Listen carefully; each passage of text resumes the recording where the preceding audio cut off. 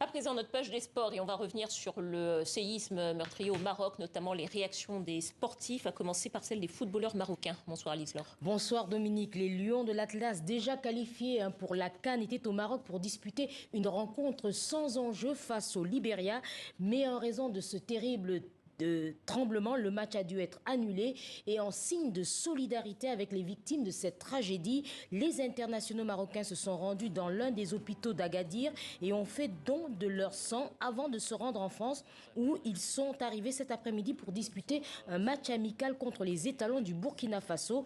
Le sélectionneur Walid Regragui espère que l'initiative de ces joueurs servira d'exemple. On l'écoute.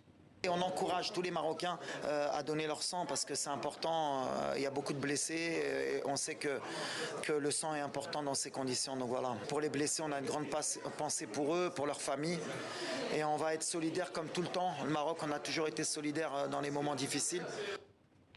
Et puis aujourd'hui, la 6e et dernière journée des éliminatoires qui comptent pour la prochaine CAN se poursuivent avec 3 rencontres. Effectivement, 3 rencontres. Déjà qualifiés, le Nigeria et le Cap-Vert étaient respectivement opposés à Sao Tomé et au Togo. Les Super Eagles n'ont fait qu'une bouchée des Santoméens, 6-0. Et les requins du Cap-Vert ont été battus à Lomé par 3-2. En ce moment, les Gambiens, deuxième de leur groupe avec 9 points, affrontent le Congo-Brazzaville. Nous sommes dans le temps additionnel et pour l'instant, 2 buts partout entre les deux formations. Si le score restait en l'état, ce serait la Gambie qui arracherait sa qualification.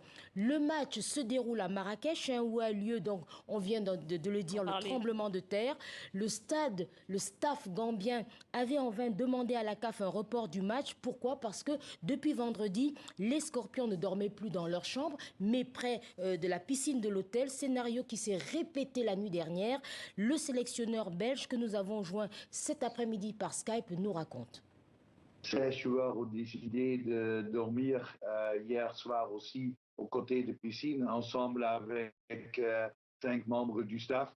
Ils ne veulent pas dormir dans leur chambre. On a changé les chambres. Avant, moi, j'ai dormi au deuxième étage.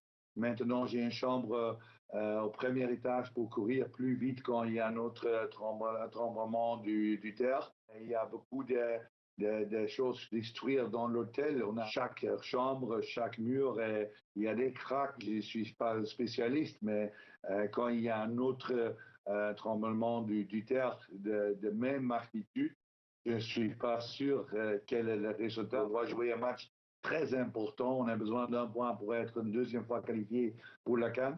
Ce n'est pas un match facile. Mais le focus n'est pas dans le football. Il y a 2000 personnes, plus de 2000 personnes qui sont mortes, pas loin de nous. Et pour moi, c'est fou qu'on doit jouer ce match moi-même. C'est mon sentiment. C'est pas acceptable.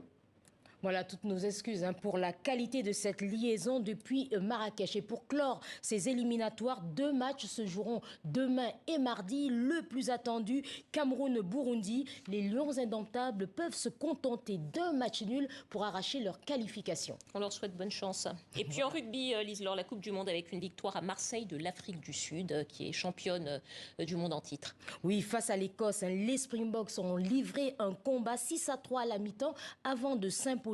L'Afrique du Sud confirme sa grande forme. Notre correspondant en Afrique du Sud, Gabriel Porometo, a suivi le match dans une fan zone des Springboks à Johannesburg.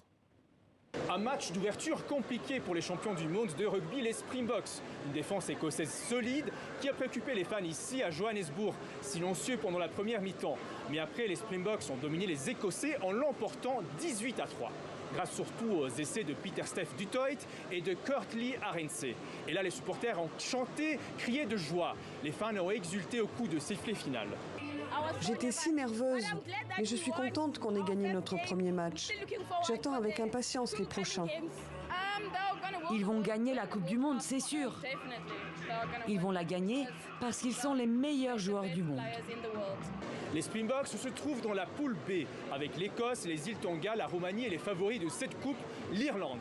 Leur prochain match sera contre la Roumanie le 17 septembre, moins préoccupant que celui qui suivra contre l'Irlande le 23 septembre prochain. Voilà, merci beaucoup Lise-Laure. À la semaine prochaine. Et c'est la fin de ce Journal Afrique. Demain, vous retrouverez à cette place Nidia Palekara. Moi, je vous dis à vendredi.